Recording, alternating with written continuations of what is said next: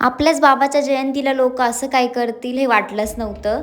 आज पण माझ्याकडून तुम्हा सर्वांना एकदम मानाचा कडक जय भीम. आज आहे 14 एप्रिल, ज्याची की आपण सर्वजण वाट बघतो. रेडी होऊन निघालीच होती की ही माझं रोज व्हिडिओ बघते आणि ती मला इथे भेटलेली होती.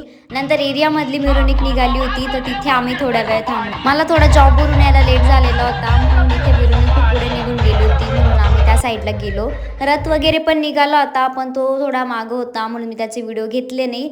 आणि त्यानंतर आम्ही निघालो होतो CBSला जायला, रसपीला, आणि मग तिथून मध्ये जायला निघालो होतो. मध्ये पोचलो, मस्त छान घोषणा चालू होत्या, सॉन्ग चालू होते, सर्व नाचत होते. त्यानंतर आम्ही पोचलो तिथे, मग डान्सच चालू होता, तर आम्ही पण केला. मी काही क्लिप ॲड केला आहे, मी तुम्हाला नंतर सांगते काय झालं, आधी एक क्लिप बघून घ्या.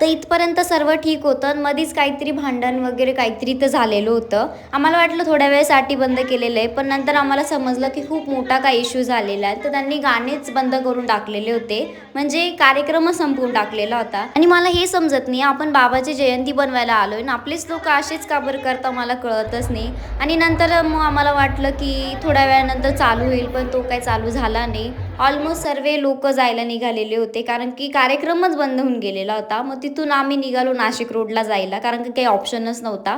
मग परत CBSवरून नाशिक रोडला जायला निघालो, तिथे पोहोचलो. आणि तिथे गेल्यानंतर पण एकदम मस्त असं छानसं डेकोरेशन होतं. नाशिक रोडला चारी साईडून एवढे DJ राहतात, बापरे बाप, की पूर्ण DJचा आवाजच मिक्स होऊन जातो, म्हणजे कळतच नाही की कोणतं काय गाणं चालू आहे, काय नाही चालू आहे, काहीच नाही. आणि हे डेकोरेशन इतकं मस्त होतं, मला तो खूप आवडलं. आणि इथे मला फॉलोअर्स पण भेटले होते माझे. सॉरी, तुम्ही मला खूप गर्दीत आवाज दिला, म्हणून मला तिथे थांबता नाही आलं आणि तुमच्याशी बोलता पण नाही आलं. प्लीज तुम्ही हा व्हिडिओ बघत असाल तर प्लीज समजून घ्या आणि कमेंटमध्ये नक्की सांगा की तुमची 14 एप्रिल कशी गेली. बाय.